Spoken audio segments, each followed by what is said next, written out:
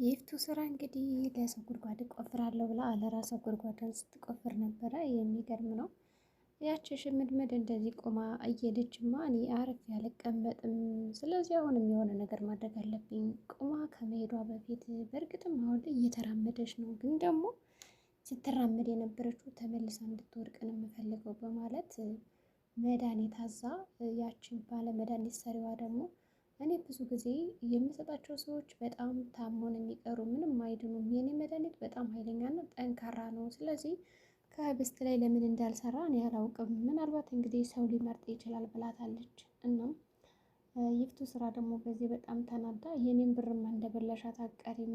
ስለዚህ አሁንም ቢሆን አንድ መፍትሄ ትፈልግልኛለሽ፣ ያለዛ ግን ብሬን አስመልስሻለሁ ብላታለች። እና ያቺ ሴትዮም በቃ ችግር የለውም ሌላ አንድ በጣም ከባድ ወጥመድ አዘጋጅቼልሻለሁ፣ እሱን ነገር ፈተሽ መውሰድ ትችያለሽ። እና ወደ መኝታ ክፍሏ ስትሄድ ያንን ነገር ከበረንዳዋ ላይ ከደፋሽባት ወዲያውኑ ተሽመድምዳ መሬት ላይ ትወድቃለች። እና ልክ እንደ ዶሮ ግን ጥልጥል አለች ማለት ነው። ያው ይብስባታል ስትወድቅ፣ የወደቀችበት በደንብ ስለሚያማት እንዲሁም ደግሞ አሁን ላይ በክራንች ስለሆነ እየተራመደች ያለችው አንድ ጊዜ ወደቀች ማለት ተመልሳ ወደ ዊልቸር ቁጭ ያለች ማለት ነው። እና ይሄ ነገር ቀላል ነው። ስለዚህ ነይ ግድ የለሽም፣ እኔ መድኃኒቶች በደንብ ነው የሚሰሩት እና ውሰጅ ትላታለች። ይፍቱ ስራም ለመጨረሻ ጊዜ እድል መሞከር አለብኝ እንጂ ብሬንማ በልተሽ አትቀሪም በማለት ያች መድኃኒት ቀማሚዋ እንድትሰጣትና እንደገና ደግሞ እሺ ብላ እንድትቀበላትም አደረገች። ከዛ በኋላ ፏፏ ዝንጥ ብላ ወጣችና ትንሽ ቆይታ ስትመጣ ያው ታፈሱ ቤቱን ሞቅ ሞቅ አድርጋ ሸብርቃ ወዘተ እንዲሁም ደግሞ ምግብ እየሰራች አደማምቀውም ነበረ። እና ወደ ቤት ስትገባ ዛሬ ደግሞ ይቺ ያለ ወትሮዋ እንዴት ነው ሴት መስላለች። እሷ ቤቱ እኮ ወጥ ሸተተ፣ ኧረ እባክሽ እንደውም መስኮቱን ከፋፍችው ምናምን እያለች ታወራታለች ማለት ነው።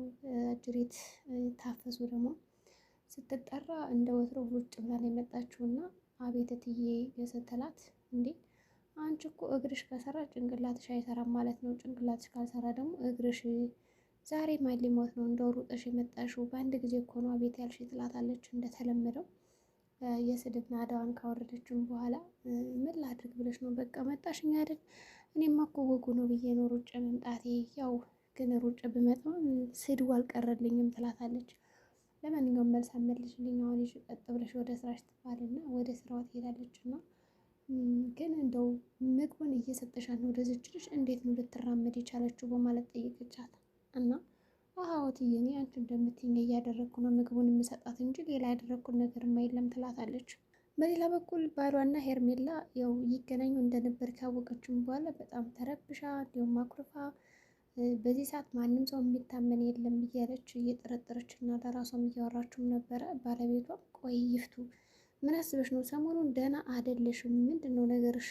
በሚሆነው በማይሆነውም ነገር መበሳጨት አምጥተሻል፣ ምንድን ነው አላማሽ በማለት ይጠይቃታል። እሷ ደግሞ ምንም አይደለ፣ ለማንኛውም ይችን ሽምድምድ ገና የእጇን እሰጣታለሁ፣ አሁን እኮ ቁማ ሄደች፣ ስለዚህ ምንድን ነው የምናደርገው ትለዋለች። አቶ አለም ደግሞ በዚህ ጉዳይ አትግቢ፣ እረፊ፣ አርፈሽ ተቀመጭ ይላታል። እሷ ደግሞ በጭራሽማ አርፌ አልቀመጥም፣ ዋጋዋን እሰጣታለሁ ትላለች። አቶ አለም ደግሞ በእኔ ስራ ጣልቃ አትግቢቢ ብዬ ደጋግሜ ነግሬሻለሁ፣ አንቺ ግን የምትሰሚ አይደለሽም እና ምን ይሻልሻል እያላት ነው። እሷም በጣም ተናዳ በመልሱ ጣልቃ ገብታበታለች። ሁልጊዜ ምንድን ነው ከስር ከስር እያልሽ ስራዬን የምታበላሽው ነው ያላት። እና በዛ ምክንያት ደግሞ ትንሽ በስጨት ብሏታል።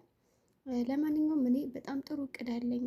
አብነት የሚባለው በጣም ጥሩ ሰው ስለሆነ ጭንቅላት ስላለው ከወንድምሽ እጥፍ ይሰራልኛል ስራውን እና በደንብ ገንዘብ ከፍየዋለሁ እና ያ ገንዘብ ደግሞ ብዙ ነገር ነው የሚያደርግ። ይሄ ልጅ ደግሞ ለገንዘብ ሲል ብዙ ነገር ያቅዳል፣ ያለማል፣ አነጣጥሮ ተኳሽ ነው። እና ልጅቱን ደግሞ ሁለት ምርጫ ሰጥቻለሁ፣ ወይ ያገባታል ወይ ደግሞ ይገላታል። ስለዚህ ይህ ልጅ የሰጠሁትን እቅድና ዓላማ በአግባቡ እንደሚወጣልኝና እንደሚሰራልኝ እርግጠኛ ነኝ። ነገር ግን ጣልቃ አትግቢ በስራዬ ብሎ ያስጠነቅቃት ጀመረ። ከዛ እሷም እንደዛ ነው እሺ ትልና በስጭቷት እንደተለመደው ብክንክን ብላ ወደ መኝታዋ ትገባለች። ከገባችን በኋላ እያቀደች ነው እና ያው ደውላ ለዛች መድኃኒት ለምትቀምመው ሴት ልክ ልኳን የነገረቻት። ከዛ በተጨማሪ ከነገረቻትም በኋላ እኔ ተብላ ስለነበር እየሄደች ነው። ከዛ ህብስትም አቤኔዘር ጋር ሄዳለች ለማውራት ማለት ነው። አቤኔዘር ደግሞ ለወንድሟ ደውሎ እህትህ ደህና አይደለችም፣ ምንድን ነው አላማዋ፣ ነገሯ፣ የምታውቀው ነገር አለ ወይ ብሎ ሲጠይቀው እኔ ምንም አውቀው ነገር የለም ስለ እህቴ አላውቅልም በማለት ስልኩን ከጆሮ ላይ ነበር የዘጋበት እና ይሄ ነገር ደግሞ በጣም አበሳጭቶት ከዛ እንዴት አንድ እናት ባትሆኑም እኮ አብራችሁ አድጋችኋል፣ ጠጥታችኋል፣ ለምን አትረዳትም ብሎ በጣም ተከፋና ከናሆም ጋር ያው እኔ ጓደኛሽ በሆንም እንቀራረብ ነበር፣ ግን ደግሞ ይህን ያክል የጣላሽ ያደርግሻል ብዬ አስቤም አላውቅም ነበር። ለማንኛውም ይህንን ነገር ላንቺ መናገር አለብኝ ወይስ የለብኝም የሚለውን ነገር አላውቅም፣ ግን ደውዬለታለሁ እና እባክሽ ይቅርታ አድርግልኝ ይላታል ማለት ነው። እሷም መደወል አልነበረብም ደግሞ ብትደውልም ምንም እንደማይመጣ ነግሬያለሁ፣ እሱ እንደዚህ ነው ስለኔ ግድ አይሰጠውም ምናምን ትለዋለች። ከዛ በሰማችው ነገር አዝና በቃ እኔ ወደ ቤት ልሸኝሽ ይላታል። እናም ደግሞ ደህንነቷን ለማረጋገጥ ነበር፣ ብቻ ግን እሷ የነገረችው ነገር የለም። ከዛ አብነትም አማክሮታል። በአምላክን ግደላት ወይም ደግሞ አግባት ብሎኛል፣ ስለዚህ ውሳኔው ምንድን ነው በማለት የሆነ ሀሳብ እንዲሰጠው ቢያማክረውም በአምላክን ህብስት አንድ ነገር መሆን የለባትም ከዛ ችግር ከኔ ጋር ነው በማለት ጓደኛውን ያስጠነቀዋል። እና ከዚህ ጋር ጓደኛሞች በነገራችን ላይ አብነትና በአምላክ በጣም እየተደጋገፉ ነው ያለ። ምንም እንኳን ዘጋቱ አለም ህብስትን ከገደልካት በኋላ ስራ ያልቃል። ከዛ አብነትን ደግሞ ጓደኛን ትገለዋለን ያለው።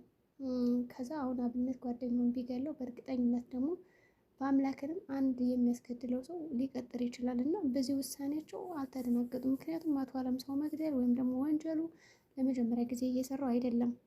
በሌላ በኩል ደግሞ በአምላክ ፍቅር መጨረሻውና መዳረሻው ያልታወቀ ቢሆንም ግን ደግሞ እንዴት ነው ይሄ ነገር የሚለው ነገር በጣም እያምታታቸው ይገኛል። ምክንያቱም ደግሞ አሁን ላይ አጅሬ በአምላክ ማለት ነው ህብስትን አልወዳትም አላፈቅራትም እያለ ብዙ ጊዜ ለጓደኛው ደጋግሞ የተናገረ ቢሆንም አብነት ይህንን ነገር እመን ወዳታል ልጅቱን ለምንድን ነው የማታምነው እያለ በጣም እየገፋፋውና እንዲሁም ደግሞ እንዲናገር ስሜቱን እየገፋፋ ነበር። በዚህ ጉዳይ ደግሞ አጅሬ እሺ ሌላ አልቻለም።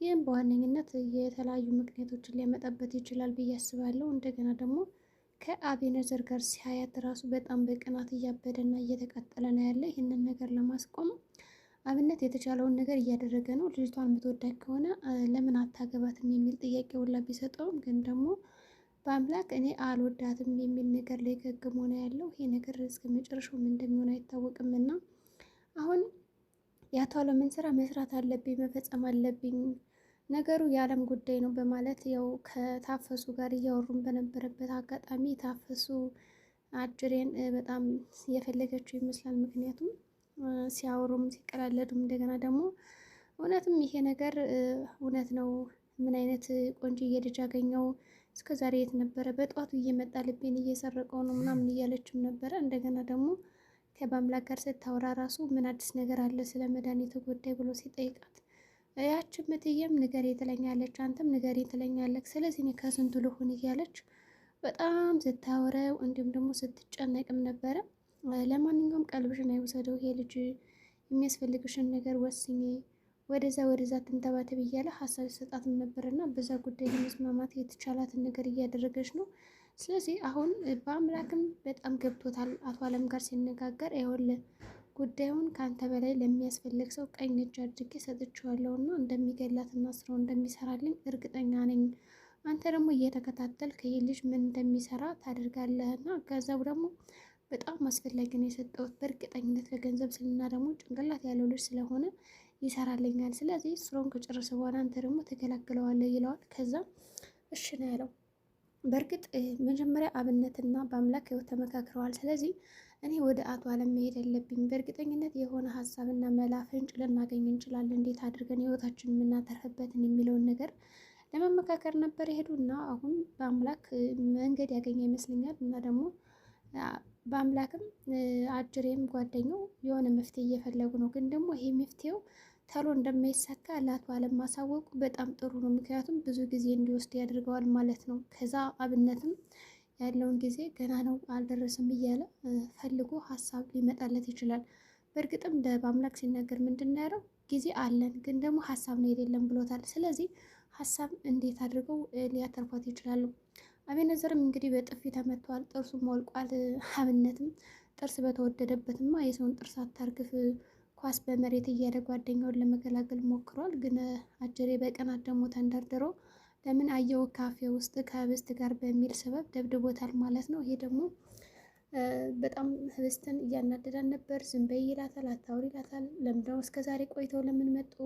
የት ነበር እስከዛሬ ጓደኛሽ ከሆነ እያለም ሲያፋጣት ነበረና ወደ ቤት ሲመለሱ ግን ይፍቱ ስራ በጣም ደስ ብሏት ነው የጠበቀቻቸው። ምክንያቱም እየጠነሰሰችው ወጥመድ ስላለ ግን ታፈሱ ቀድማ ደውላ ነግረው ስለነበር ለማምላክ እንግዲህ ራሷ ናት ወጥመዱ ላይ ሄዳ የወደቀችበት ማለት ነው። ይፍቱ ስራ ለሰው ጉድጓድ ቆፍራ ራሷ ወደቀች። የሚገርመው ነገር በአምላክ ወደ ራሱ ክፍል ነበር ህብስትን የወሰዳት። በዛ አጋጣሚ ታፈሱ ጮሃ ደርሳላታለች እና አሁን ትጎዳ ወይስ አትጎዳም የሚለው ነገር ደግሞ በጣም ከባድ ሆኖባታል። እንግዲህ ይፍቱ ስራ መጨረሻ ምንድን ነው የሚሆን ብላችሁ ታስባላችሁ? ዛሬ ብላችን ይህን ይመስላል። በቀጣይ ቪዲዮ እስከምንገናኝ መልካም ጊዜ